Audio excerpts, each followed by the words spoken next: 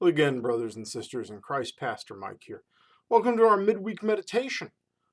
It is an interesting week, uh, mainly because I'm preparing for a lot of stuff coming up.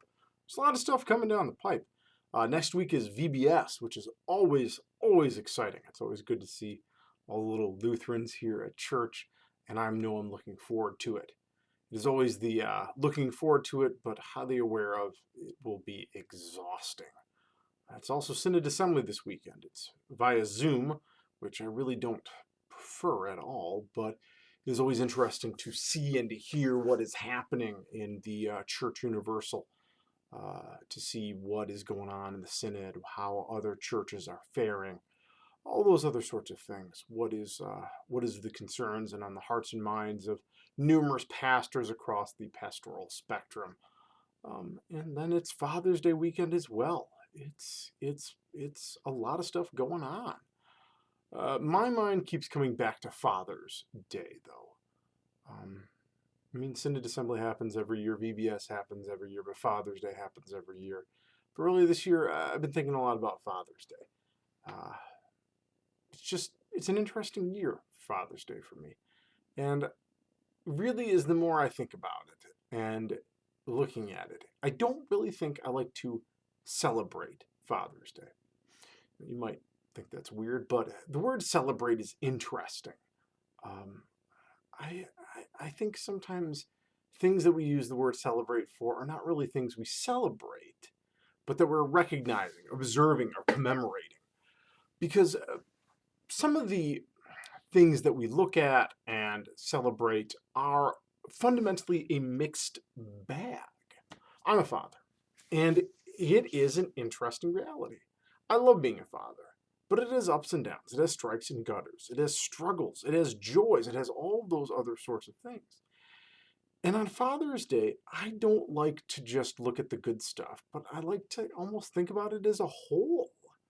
It's all of those things. The reality of being the fathers, and even as I often say, blessings on Father's Day, is that broadness for a reason. Um, yeah, there are moments where it's hard. I don't think we necessarily celebrate it being hard, but hopefully there's blessings in the difficulty. There's hopefully blessings in the good times. There are moments where it is confusing. As each of my boys enters new phases of existence, I'm trying to figure out what in the heck is going on. I don't understand some of the concerns, and man, technology makes it really interesting. I can't keep up with all that. I could use some blessings on keeping track of all those things. I also have a father, and it's always interesting being an individual with a father who is a father and all those things. I also recognize that some people maybe have never been able to be a father. And that's hard. Sometimes people are missing a father. And to celebrate, the person who's absent is interesting. And so even again this year, throughout all these things, I come to it as a mixed bag.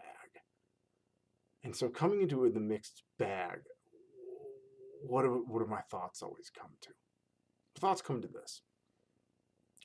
To recommit what it means to be a father and to be faithful in that. I think that's the real thing I think about on Father's Day. What does it mean for me to be a faithful father? Because ultimately, being a father is a responsibility to look after these boys, to be responsible to them, not for them, and not to have no responsibility, be responsible to them.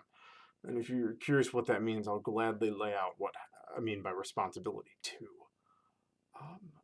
And to commit to that, to honor that, to again think about what that means for me as an individual. That's usually how I handle Father's Day. And especially in light of my understanding of who God is and who God created me to be, that's always fascinating. With my gifts, my deficits, all those pieces play a role in living that out. The mourning that sometimes the sons of mine pick up some of the traits from me that I don't want them to. Lord, please don't let them be like me in this way. Hey, guess what they are? Ah, fantastic. I don't know if any other parent has ever felt that way, where it's, Lord, let them inherit many things, but not this. That is Father's Day. And again, this year, I'm going to hang out with those boys. We're probably going to eat some buffalo wings because buffalo wings are good. And it will be delicious. Unfortunately, no haggis for them. I don't think they're ready for it. And we will hopefully watch something highly enjoyable. And they will be my sons, and I will be their father, and it will be good. But it will also be the weirdness that it is to be Father's Day. So those are my thoughts as we approach. That has really been on my mind as of late. How again this year do I approach Father's Day? And it's again to understand this wonderful office that I have been blessed with through ups and downs, through strikes and gutters, and to live it as faithful as I can be. So to all the fathers out there, blessings. To all those that do have a father, who miss a father, maybe don't have a good relationship with their father, want a better relationship with their father, maybe who are trying to figure out what it means to have a father-in-law, or all these other sorts of things. Blessings. It is a wild office that we are all connected to in some ways, just like the office of motherhood. So continued blessings and wisdom.